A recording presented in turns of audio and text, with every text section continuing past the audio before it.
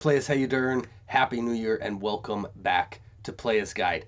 On this episode of Playas Guide, I'm going to be doing my yearly review for 2023 of video game collecting, and more specifically focusing on retro video game collecting.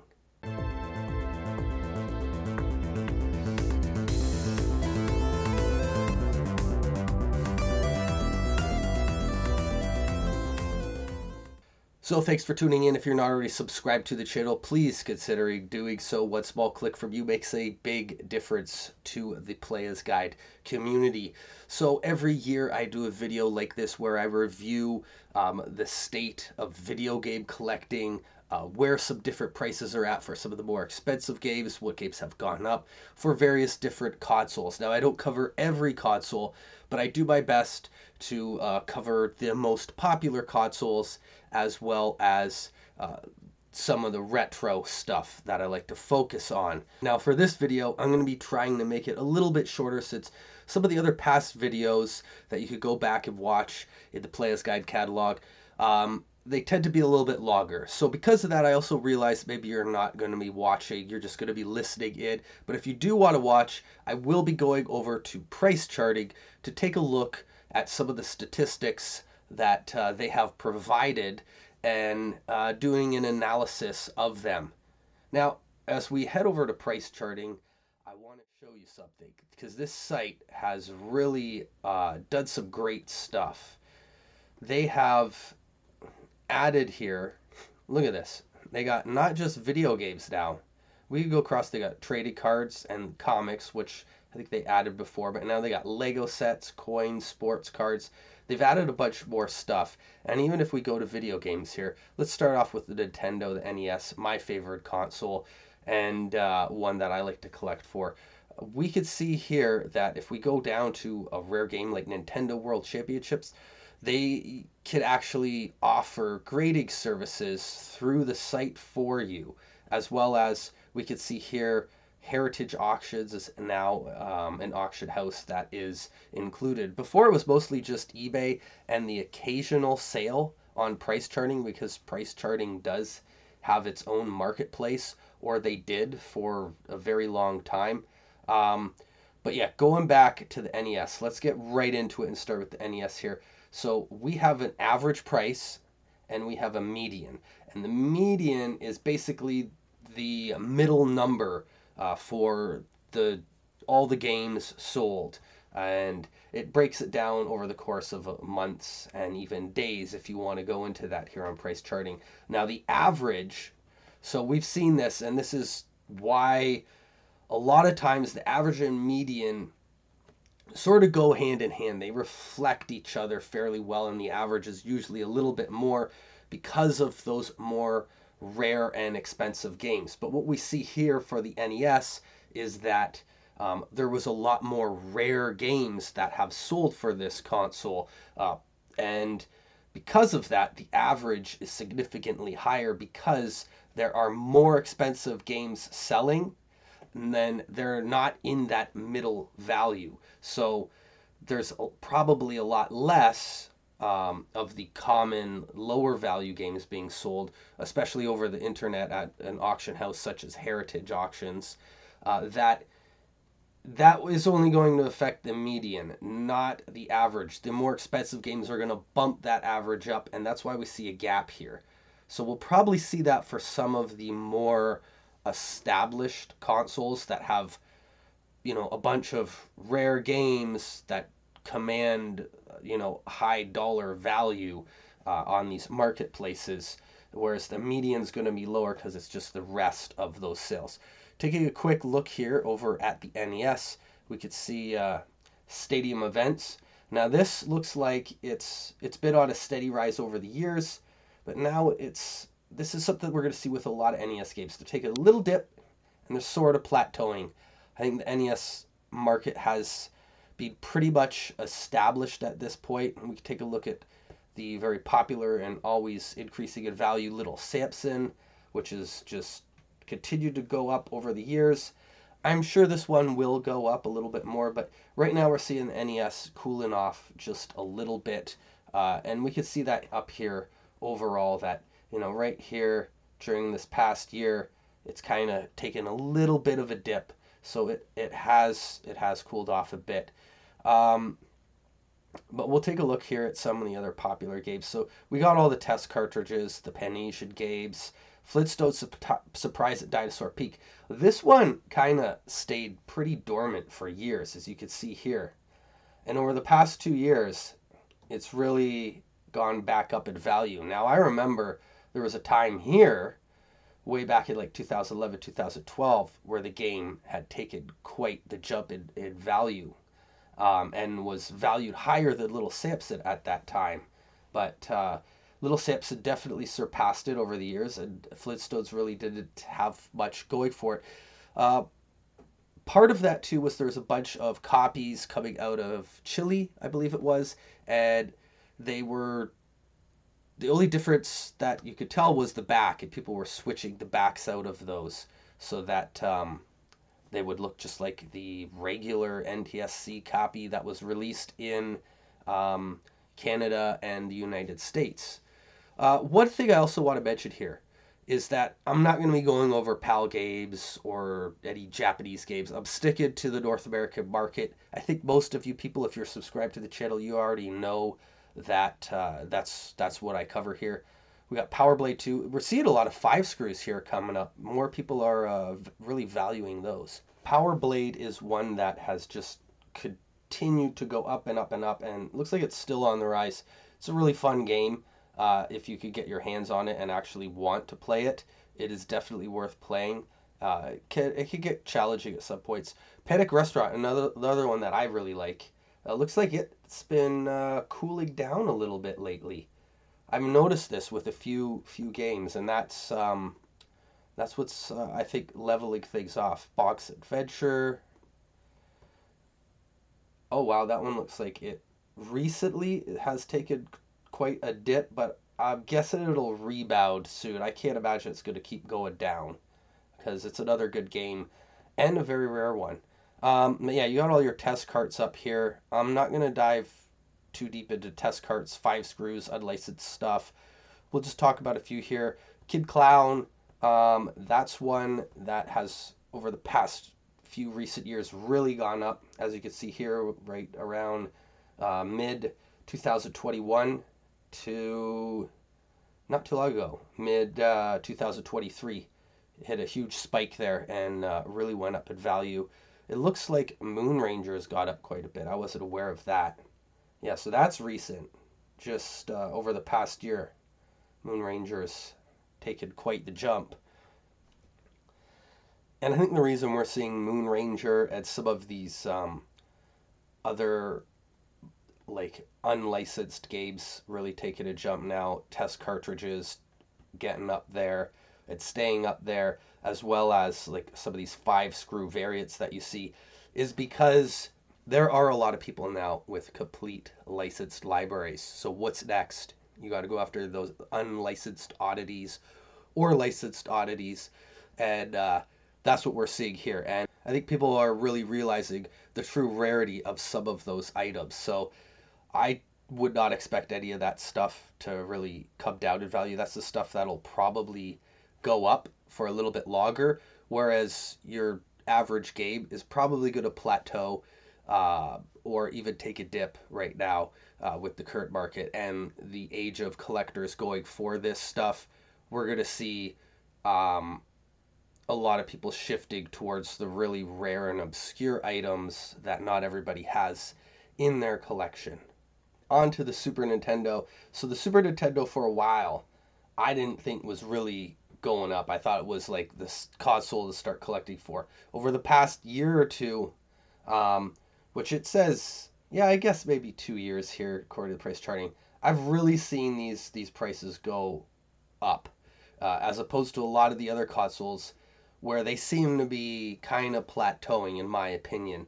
And one of the things I've also noticed going into video game stores is that most video game stores will have a couple rare games, where there was a time, if their prices were reasonable, they really couldn't hold on to any of those games because they were flying off the shelf. And there were even times I remember just a few years ago going into video game stores, and right across the board, selection was not always great.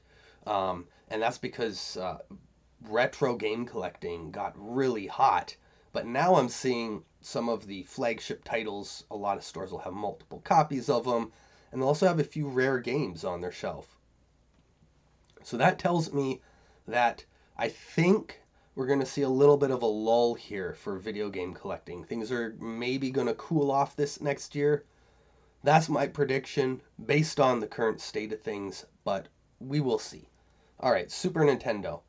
So I'm not going to go over these top tier games because they're really rare. The prices are always going to be up there and probably continue to go up.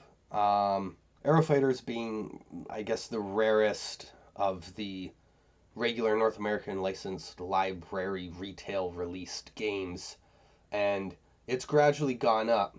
But what was going on for a while there was Hagani was actually more expensive. I want to say right around here in like 2019, 2020, until about, I guess, around 2021. And Hagani hit $1,000 there. And I've always thought that Aero Fighters was the more rare of the two games. And then, yeah, so this is what we're seeing. A lot like Zombies Ate My Neighbor's rare box variant. We know, that's a very rare game, and that's kind of been up there. But these are the games that are really shifting up to the top of the rarity is some of the more obscure stuff, because there are, just like the NES, a lot of people with complete collections now. Pocky Rocky 2, this is one that has continued to go up over the years. It looks like maybe it's hit its plateau now, which looks like it's going to be a reoccurring theme here. So let's check out Earthbound. Not so rare, but very popular. That one's still going up. So if you got your copy of Earthbound and you like the game, or you're a collector, hang on to it. What we're also seeing here is some of the lesser known titles like Bronchi the Brontosaurus, Zero Kamikaze Squirrel. Like, those have really gone up. And it looks gradual here. I would say right around here within the past 2 years, we've seen these games really surface as rare titles. All right, so I'm going to move on to N64 because this is going to turn into a very long video, one way or the other. But I want to try to keep it maybe shorter than I have the past years. We'll see. It's hard to do. N64. I don't know what's happened here.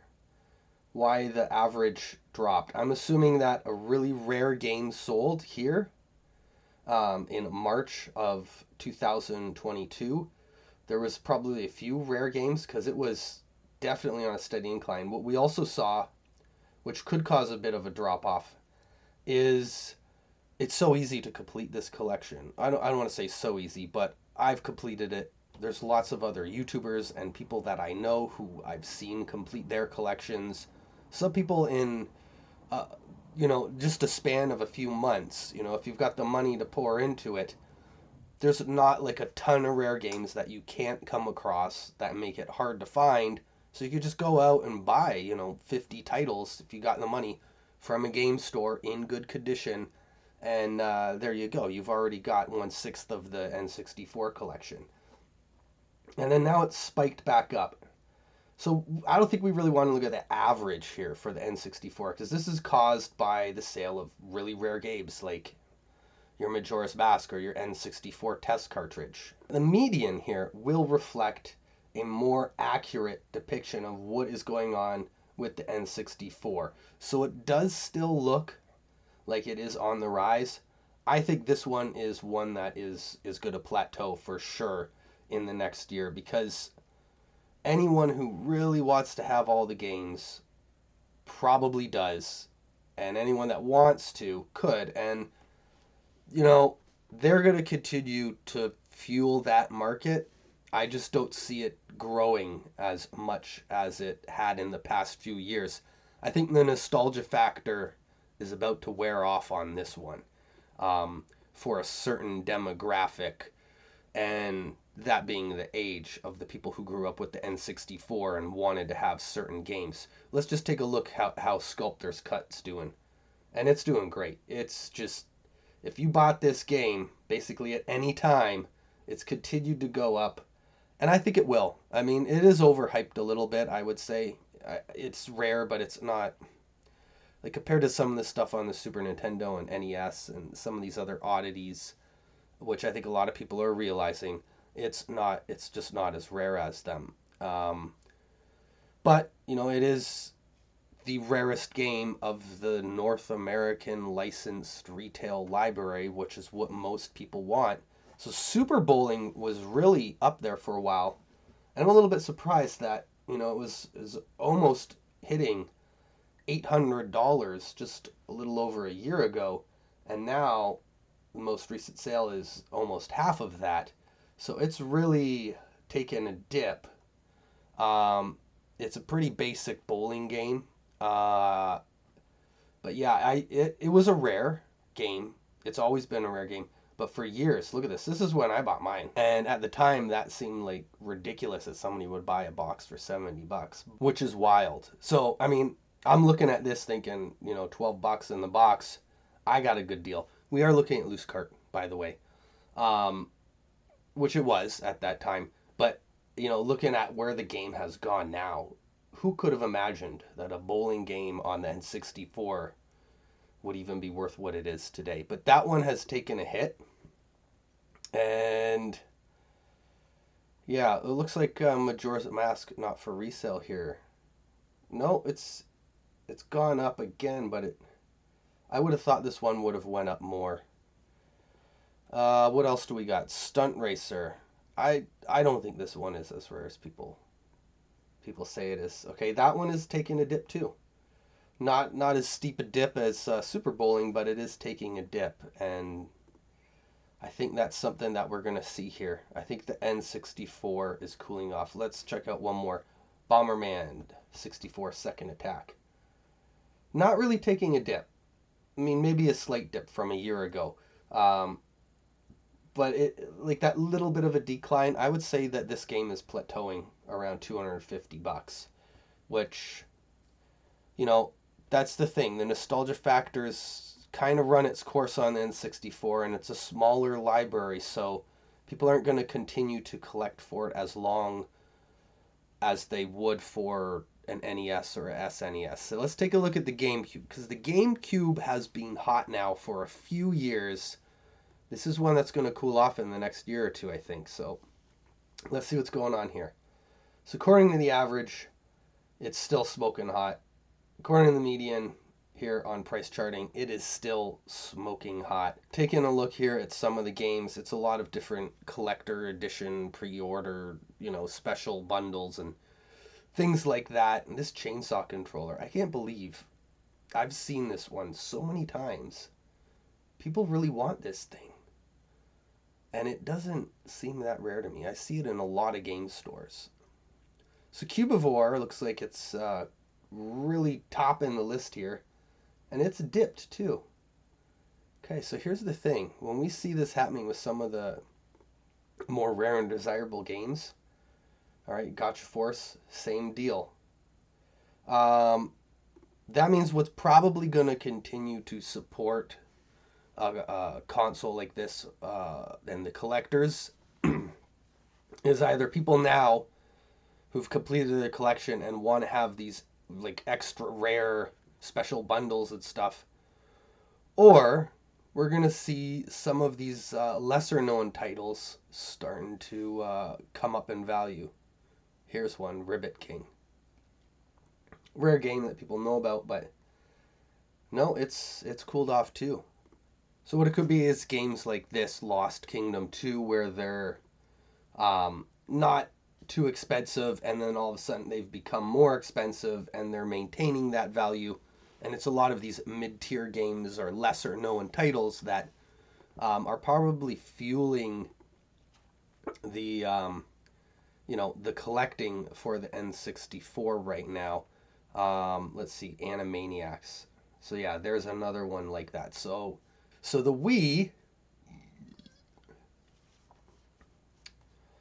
was one that last year I said you should collect for the Wii because there are maybe 200 really good games to own in your collection. I've been collecting for the Wii, and there's a bunch of different subsets, and there's some interesting stuff.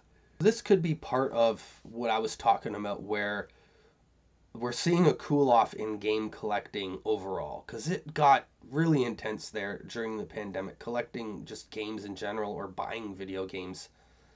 Now we're seeing, I think, a little bit of a lull, possibly from a lot of things like burnout. People have bought things, seeing the price go up, now they want to sell it.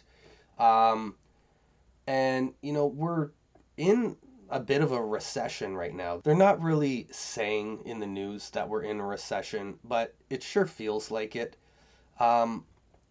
So people's priorities may not be buying video games that they're not going to play right now.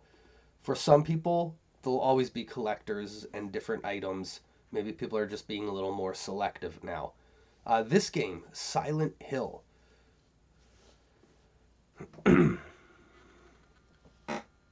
Shattered Memories. So this was one I saw all the time in every game store. 50 to 20 bucks for years. Price chart says it was a bit more.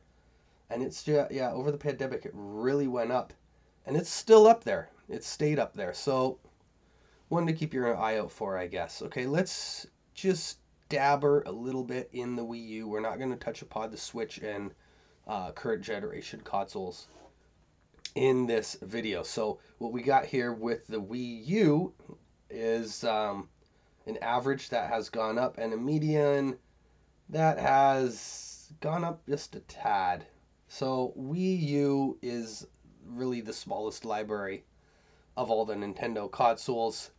We see Devil's Third here. This one has got up over the years. Looks like it's settled down now.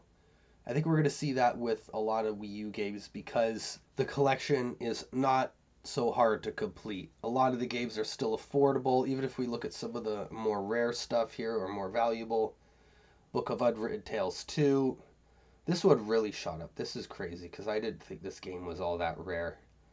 Cooled off a bit. I mean, the people that want these games, most people have them now. I do think down the road, we are going to see the Wii U pick up steam because it definitely hasn't hit the nostalgia factor. I think the Wii is just about to hit that. But because the library is so massive and there's so much crap, it's going to be interesting to see what really goes up on the Wii. It's going to be a lot of the hidden gems and undervalued games that are going to get the biggest increases. Axiom Verge on the Wii U was a limited run games release, and I kind of don't like to include some of the limited run game stuff in the official retail library because it's a website that for the most part sells on the website. They do have some games in stores and at conventions and things like that, but they decide how limited it's going to be and the price. And I don't know, I haven't always been impressed with their service or level of quality. And it's just kind of a thing. Like, I bought this game from them to have the complete Wii U collection. I could buy it for maybe $10 or less off any digital store if I just want to play the game, but because I'm collecting, there's a company out there that is fully willing to take advantage of me. Do I need to buy it? No, but I did buy it. And there's another game like that I'm sure will go up in value called Shakedown Hawaii. But thank goodness they're not releasing any more of these Wii U games, or I hope not. Like, just leave it alone. So the Zelda Twilight Princess, this one's come down, the bundle and the game. It was getting quite high there for a while, but it looks like it's plateauing around $100. What I was expecting to happen with this game was a Switch release, and then this price would come down on the Wii U, maybe down as low as like $20 or $30, but that didn't happen. It's still the most recent re-release of the game, and a lot of people feel the need to own it because of that. Turbo. So this one looks like it wasn't so valued for a while, has gone up, and now it's trending down. But in my opinion, this is the hardest retail release to come across. I don't see it at all. Now, arguably, you could say Book of Unwritten Tales or Devil's Third. Book of Unwritten Tales I've seen several times in stores, and Turbo I've never seen anywhere. Devil's Third I had seen in stores, but because it had so much hype around it at the time that most game shops only got one or two copies, and they were selling out right away to people who didn't even care about Wii U. Maybe were just looking to resell or whatever. That really inflated the price and has kept it up there for years. And because of that, you could make the argument that either Turbo or Devil's Third are the most rare, regular, released, retail, standard edition games on the Wii U. All right, let's move over now to see what's going on with PlayStation. Okay, here we go. Looking at the PlayStation 1 here. PlayStation 1 looks like it's still hot, and from what I've seen at video game swaps and at game stores, I can't argue that. To me, it looks like the GameCube from that generation, I guess it also spans across the N64 more so, is cooling down. But the PlayStation still looks to be selling pretty well, and that's because there's just a lot of interesting games on it. Let's take a look at Tronbon here and see here. This one, always an expensive game, around 250 bucks. Can't argue with that. I've seen it a few times and thought about picking it up at that price, and it's really gone up. And it's probably going to hold value between $400 and $500 for a while. It does look like it's dipping here, but we see that a lot with a lot of games. I think just right now, people aren't buying a lot of these rare games. Klonoa, here's one that I definitely see around, and it was around 500 bucks. I remember seeing it in the game store for that. But it has cooled off to about half of that. So maybe these rare games, let's take a look at a few more here. Maybe they are all cooling off. Yeah, here we go. JoJo's Bizarre Adventure looks like it's cooled off too. So what we're seeing here is probably the same effect that we're seeing with the GameCube, where there's a bunch of games. All right, so it looks like Clock Tower 2 is holding its value pretty good. A lot of games plateauing, but some of the lesser known games are going up in value because of completionists, and also they were undervalued before. So that's what's keeping the PlayStation so hot. Plus, there's a lot of games to collect on the PlayStation. Let's move over to PlayStation 2. Okay, so PlayStation 2 is the hot one to collect for right now. And you can clearly see that just by looking at the median or the average. It has gone up right across the board. Especially a lot of these horror games on the PS2. We got Kuno here. This one is now looking to be the rarest and most valuable game on the PlayStation. Looks like it might be plateauing, but I wouldn't be surprised if it continued to go up just a little bit. Rule of the Rose for many years was considered to be the rarest and one of the most expensive, or the most expensive game at any time on the PS2. And it's still up there. It's still held its value very well. I think this is what that's going to plateau for a while, and then maybe down the road we'll see it jump back up. And then we got Haunting Ground, another horror survival game, also up there in value. Doesn't look like, we've seen what looks like a little bit of a dip in a lot of the more expensive games across every console we've looked at so far, but the PS2. And then you got Silent Hill Shattered Memories there. One of the things that probably caused it to go up on the Wii U is that if you want it on the PS2, which is probably the better version, that's almost always the case for every game that was released on the Wii and PS2, is that this game has become so expensive now over the past few years. People who are looking to play the game are looking for an alternative, and the alternative is the copy on the Wii. Now, is that going to take anything away from the value of the PS2 version? I don't think so, because this is the version people want to own. People don't really want the Wii version. It's an alternative. But if you're a Nintendo fan and a Nintendo collector, well then, you know, that's okay. That probably fits in really well into your collection, having a copy of that. The Futurama game here. Well, this one's still going up. I kind of expected it to have dipped because it's dropped on this list. But I think that's just because all these other games have gone up so much in value. Here's Blood Will Tell. What we're seeing here is, you know, the PlayStation market is established. We have our rare titles. They're not going down in value. They're not going to get cheaper. Not anytime soon. We might see a little bit of a dip from them. Here's another horror game. Well, this one, Obscure, is still going up. I think this one also had a Wii release. So, you know, if you want to get this game, maybe look at some of the alternatives, or if you want to get a game before it goes up in value, take a look at some of these games that were released on different platforms and where the value's at.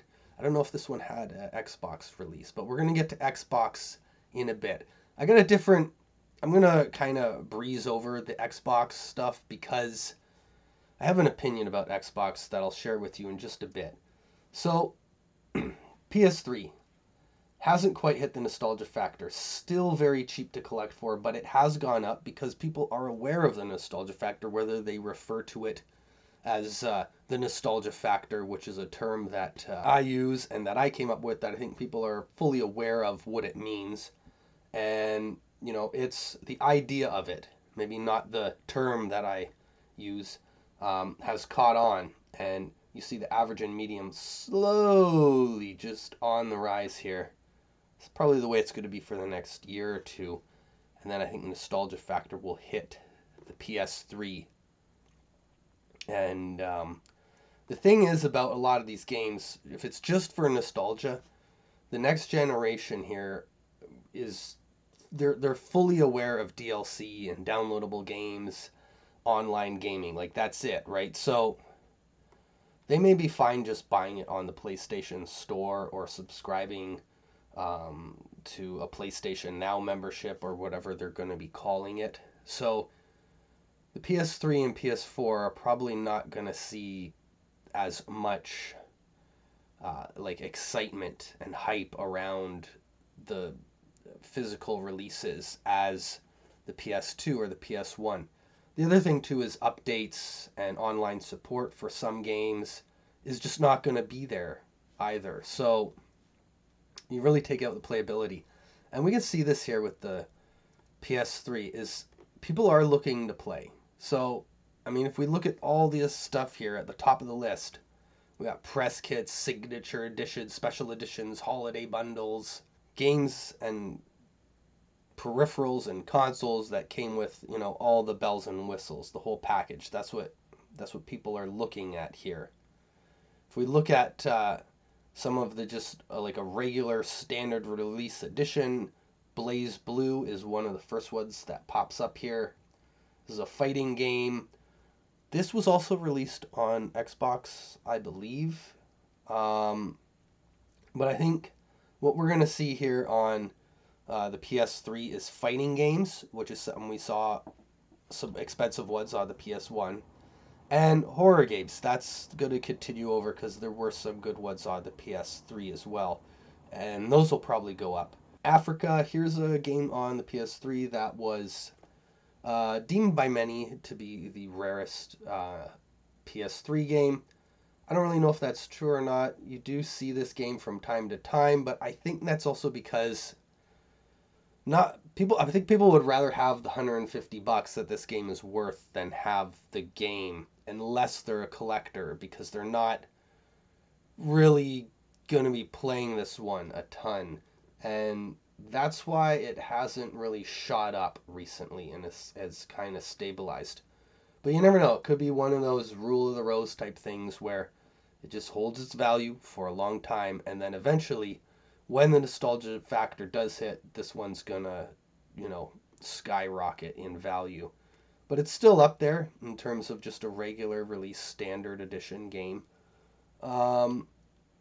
What else do we have here that's not like a special edition? I'm not seeing too much. Look at this, even Walmart edition. So the Walmart edition's the one to look for if you want NCAA Football 14. But NCAA Football 14, the regular release itself, is one I've talked about that you should be looking for in thrift stores and stuff, because it will probably be valued at $5 or less, and you could sell it for $100. Or you could hold on to it because you like the PS3, you like football, or you want to see where the value goes on this game, because it will probably be going up from there. You know, it's fluctuated here, but this is just the start of it for PS3 collecting.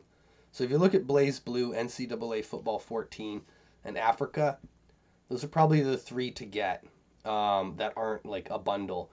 But again, I'm not a collector for this generation, so I don't really know what this generation of collectors are going to be nostalgic for.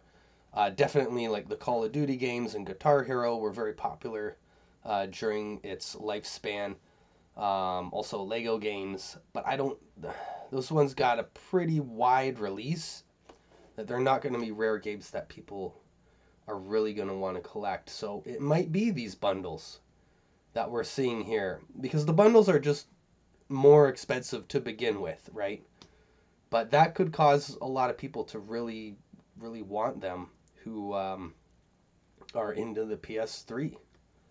All right, let's move on to Xbox, and then we'll do Sega. I'm getting a bit winded here because I've been going on for a while. I'll tell you about Xbox here. So, the original Xbox is a great console to collect for. A lot of people are realizing that because it is cheaper than going for your GameCube or your PlayStation 2 or other consoles that may have had the same games on them at that time. And Xbox was doing some interesting stuff. They had some different interesting releases, you know, different colored consoles. They got the development kits and stuff, kind of like the N64 had with their consoles. So we take a look here. We got Futurama's up there. This one's always been up there, but it doesn't look like it's slowing down at all. So the Xbox has finally hit its stride, and people are going after some of these more rare games. So here, T-Titans has taken a dip recently. I don't think it's going to be as popular. This one's really gone up. I was surprised. The Marvel vs. Capcom 2. I think it's still cheaper than the PlayStation 2 version, but for an Xbox game, that one's gone up pretty steadily. Outrun, Coast to Coast. This is one I'd like to pick up. But yeah, the price here, it ain't slowing down anytime soon for me to snag a copy. So, good one to have in your collection if you're an Xbox collector. I'm going to move over to the Xbox 360 now, because Xbox is not really my thing, and I'm going to tell you why. So 360 is pretty dead right now, cheap to collect for, lots of stuff. But let's talk about what I said. So if you're going to collect for the Xbox or OG, the original Xbox, and maybe the 360 are going to be the consoles to collect for. The reason for this is because, as you've probably seen in stores, the current generation of Xbox is the cheapest console on the market right now. Cheaper than the Nintendo Switch, and definitely cheaper than the PS5.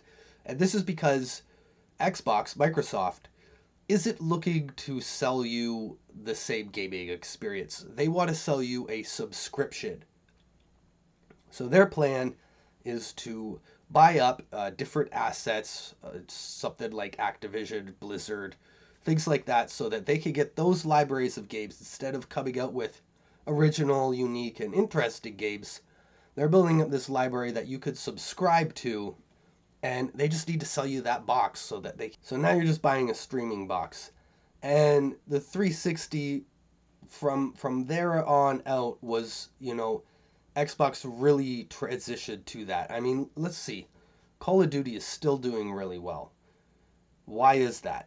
And Halo is nothing. Or almost nothing. I know they got like a new TV series or something coming out on Prime, but kids don't care about Halo. People are still playing Call of Duty, and they've just recycled the same formula over and over. So that being said, the Xbox is not going to really appeal to collectors. That's not their target at all. Where we do see a company like Limited Run Games, they're really gearing towards the Switch. We see a lot of releases for the Switch, right? And then you do see some for the PS4 too, even maybe PS5. But that's the target market, not the Microsoft crowd. They just want games to play at an affordable price and see what's going on there, because it's also going to be like the PS3, a bunch of limited edition stuff. That's just the generation where, that's going to be what they're looking at. So the regular edition games, we got NCAA Football 14, expensive on Xbox 360 as well, around $100, maybe more. So that's a game you're gonna have to pay for one way or the other. El Chavo Kart. So I've seen this one. A little bit easier to find on the Wii, but still only $100 on Xbox 360. This is gonna be probably the rarest game on the 360 if you are looking to collect for it. So if you can snag a copy for under $100, now might not be a bad time to pick that up. So Armored Core for answer, we saw this one as well on the PS3, another expensive game, and this one's really jumped up. So I guess the 360 being the alternative to the PS3, the price is now reflecting that. There's a whole bunch of stuff here, but it's mostly all bundles, and I don't want to sift through all that. I don't know all the details of every bundle that would make one more rare or desirable than another. Some of those are quite obvious. We're going to move on to Sega now. All right. So let's go with the Master System. I don't always cover this one, but I'm liking the Master System more and more. So this one, Master System, I thought was kind of undervalued and dormant for a while. That's definitely not the case anymore. Cooled off a little bit, but I think a lot of people caught on to that, just like there was a time where the Super Nintendo wasn't so hot. And yeah, people are just looking for, fun, nostalgic games that they can collect for.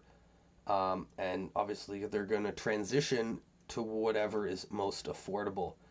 James Buster Douglas is one that hasn't really gone up too much. Now, I thought it would have, being the rarest game, hands down, on the Sega Master System of the licensed North American releases.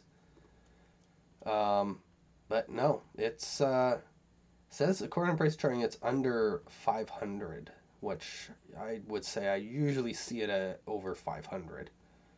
But this is the tool we're using to analyze the market right now because it's the best available. Golden Axe, this one's gone up. I've noticed this one's been creeping up in price. I think because it was, for a long time it was around $120, and now we see it's crept its way up to just under or around 200. That makes a lot of sense to me because that's a good game, and it's one of the rarest, the second rarest. Alex Kidd and Shinobi World. We gotta be specific here with the blue label. I think this game is just hard to come by in general, but again, it looks like a little bit of a lull here. Something that we've seen with Super Nintendo and NES. Phantasy Star. This one's always going to be pricey because it's a great game that a lot of people love and have nostalgia for. Over the past few years, over the pandemic, is when it really shot up. But it's come back down a bit, which I think is something to be expected for a game like that. Okay, so here's the regular non-blue label Alex Kidd Shinobi World. Still an expensive game, but it's come down a lot more than the other one has. Generally, a lot of the blue label games are a little bit trickier to get in most cases. Let's go over to Sega Genesis now, because I think that we're seeing the same thing here. A lot of these markets have kind of hit their peak now and are established, like the Genesis, Super Nintendo, N64, NES Master System. So they're going to cool off, right? And the median and the average reflect that, both here. Outback Joey, still the rarest game. Still super valuable. Not a lot of sales here, but I mean the people are that don't have it. It looks like they're willing to pay, a little bit more than they used to for it because you don't see it hardly ever available. Crusader of Senti. All right, so this is one that many people consider to be the rarest, um, regular retail release Sega Genesis game. And considering that, how many people would say that, I thought for years it being $200 or less, it was definitely a great option to buy a rare game. And when you look at what some of the prices were on like the NES and Super Nintendo for games. But, that obviously caught on over the pandemic and it's cooled off, and now it's sitting around $500, which is quite a bit. I mean, that one's gone up. Musha, this is one that's just always been on the increase. Looks like it's plateauing right now, but it might still see some further market increase. Okay, so now I'm gonna move on to the Saturn. I don't want to do the Sega CD or 32X. I could really dive deep here into the Sega stuff, but I want to try to keep this video brief and short. But you know what? I'm actually getting a bit winded from talking so long. Okay, so the Saturn still on the rise. So I could see that the Saturn is a highly praised video game console that has some great exclusive games on it. Look at this, Panzer Dragoon Saga. This one's up and over $1,000 now, or around $1,000. Looks like it might be plateauing. I wouldn't be surprised if it continues to go up even a bit higher, given how many people really love that game. Burning Rangers. Let's take a look at this one. Okay, we see a little bit of a dip recently, but I wouldn't be surprised if that continues to go back up too. Mega Man 8. People really want to play this one on the Sega Saturn, apparently. Because you can get it on GameCube. It's gone up on all consoles, but the harder to find version is this one, and I think that's going to stay steady there. Like this $700 is just like a one-time sale. I think it's going to be around $600 for a while. It may also go up. House of the Dead, great arcade game. Not surprised that this one is so sought after, and sitting around $500. That does seem expensive though, doesn't it? Sega Saturn is kind of a tough console to collect for, because when you go to game stores, the games are somewhat obscure. I mean, if you look at every other console, this one has the smallest section, unless you see like they sell TurboGrafx or, Atari Jaguar or something like that. That section is going to be probably smaller than the Sega Saturn, but Sega Saturn definitely has one of the smaller sections in any video game store that I go to. And, they got a diehard fan base, a diehard Sega fan base that want a lot of these games. And there was a lot of really good arcade games being released at that time by Sega that were available on the Saturn. And after that, arcades kind of died off, unfortunately, and became ticket redemption places. And that's sort of the end of that generation. I think there's a lot of Sega fans that want to own a piece of that. So here we got Gigawing 2 on the Sega Dreamcast, leading the way at $300, still going up. So the nostalgia factor is obviously still strong with the Sega Dreamcast and the Sega Saturn. Sega Saturn we might see in the next year or two kind of cool off a little bit for some of the games, or plateau. Ill Bled, we got this one just skyrocketing over the pandemic, but on a gradual incline, and now it looks like it's plateaued. I don't think so. I think these Sega Dreamcast games are going to be expensive for a while. Although here we got JoJo's Bizarre Adventures. Yeah, that one's cooled off quite a bit. I don't know why that would be. But let's take a look at D2 here. D2, this is a rare game, and guess a lot of people got to have that D because it's still up in value. I feel like I've gone on for quite a while now talking about these games. I'm going to try to edit this video down to something shorter, but still include, brief description of what's going on within all of the different markets for each console. But I would say, if I'm going to leave you with one thing, overall, looking at everything, it looks like the markets have been established from anything pre-2000 to early 2000s, and we're going to see a plateau or a little bit of a dip over the next year for those consoles if you're collecting for them. Because I just don't see a lot of people rushing out or new people entering the market that want to just go crazy collecting for those consoles, at least not at the rate that they had been over the past few years. So the expensive consoles right now that are still on the rise, GameCube, we'll see what happens there. I want to say Wii, but I think it's still got like another year or two before we start to see it climbing up there. But there are a few titles worth grabbing now if you want them that are rare and desirable. Definitely Sega Dreamcast and Sega Saturn, PS1, PS2, both very hot still. Eventually the PS3 will get there.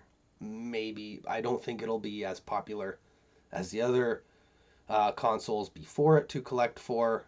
And then the Xbox, it's doing all right, but again, Microsoft,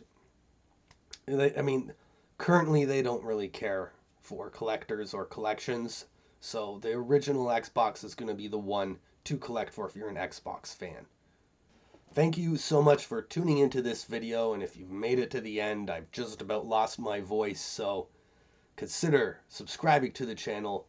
I'll be doing another yearly review like this next year as I have every year, and I'm also going to come out with lots of other video game collecting and retro gaming content. Until next time, I'll catch you on the flip side.